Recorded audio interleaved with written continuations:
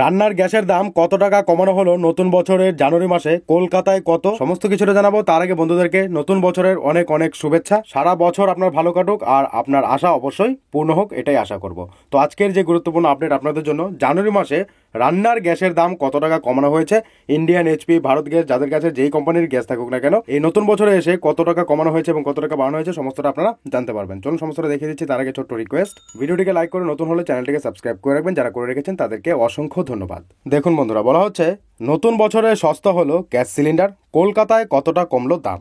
LPG price, শহর কলকাতা বাদ দিয়ে দেশের অন্য শহরে কমলো এলপিজি গ্যাস সিলিন্ডারের দাম। মেট্রো শহরের মধ্যে একমাত্র কলকাতাতেই গ্যাস সিলিন্ডারের দাম বৃদ্ধি পেয়েছে।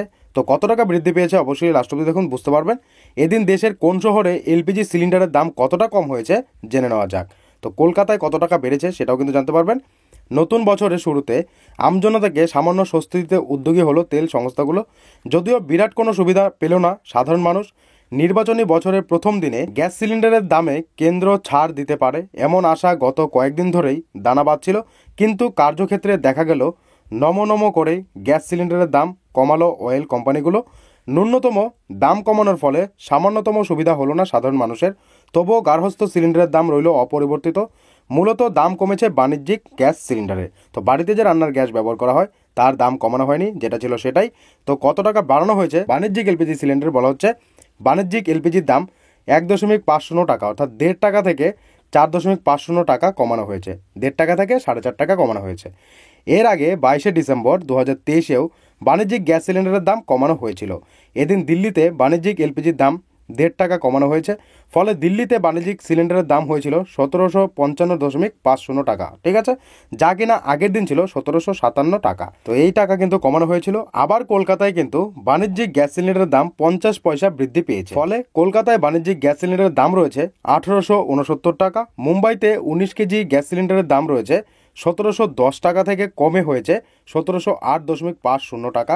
চেন্নাইতেও বাণিজ্যিক গ্যাস সিলিন্ডারের দাম 1929 টাকা থেকে কমে 1924 টাকা 50 পয়সা হয়ে গেছে। আইওসিএল ওয়েবসাইটে গিয়ে যে কোনো ব্যক্তি বাণিজ্যিক এলপিজির দাম পরীক্ষা করতে পারেন, অর্থাৎ এই যে প্রাইসগুলোর কথা বলা হয়েছে সেটা আপনারা কিন্তু চেক করতে পারেন আইওসিএল এর অফিসিয়াল ওয়েবসাইট থেকে, ঠিক আছে। যারা চেক করতে চাইছেন চেক করতে পারেন। কলকাতায় কিন্তু 50 পয়সা বৃদ্ধি পেয়েছে আগের থেকে, ঠিক আছে, 1869 টাকা কলকাতায়। তো এবার রান্নার গ্যাসের সিলিন্ডারের দাম তাহলে কত রয়েছে বাড়িতে যে ব্যবহার করা হয়। বাড়িতে ব্যবহৃত রান্নার গ্যাস সিলিন্ডারের দামে কোনো পরিবর্তন হয়নি। 14 কেজি রান্নার গ্যাস সিলিন্ডারের দামে কোনো পরিবর্তন আসেনি। গত বছরের আগস্টে শেষবার গার্হস্থ্য সিলিন্ডারের দামে 200 টাকা ছাড় দিয়েছিল কেন্দ্র সরকার। তারপর থেকে বিগত 4 মাস অপরিবর্তিত রয়েছে গ্যাস সিলিন্ডারের দাম, ঠিক আছে।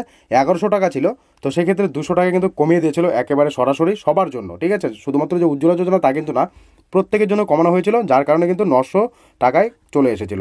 এবার সেই দামই কিন্তু এখনও রয়েছে। দেখুন, বলা হচ্ছে তারপর থেকে বিগত 4 মাসে অপরিবর্তিত রয়েছে গ্যাস সিলিন্ডারের দাম। কলকাতায় বর্তমানে গার্হস্থ্য সিলিন্ডারের দাম রয়েছে 929 টাকা। মুম্বাইতে এই দাম রয়েছে 902 টাকা 50 পয়সা এবং চেন্নাইতে 14 কেজি সিলিন্ডারের রেট রয়েছে 918.50 টাকা।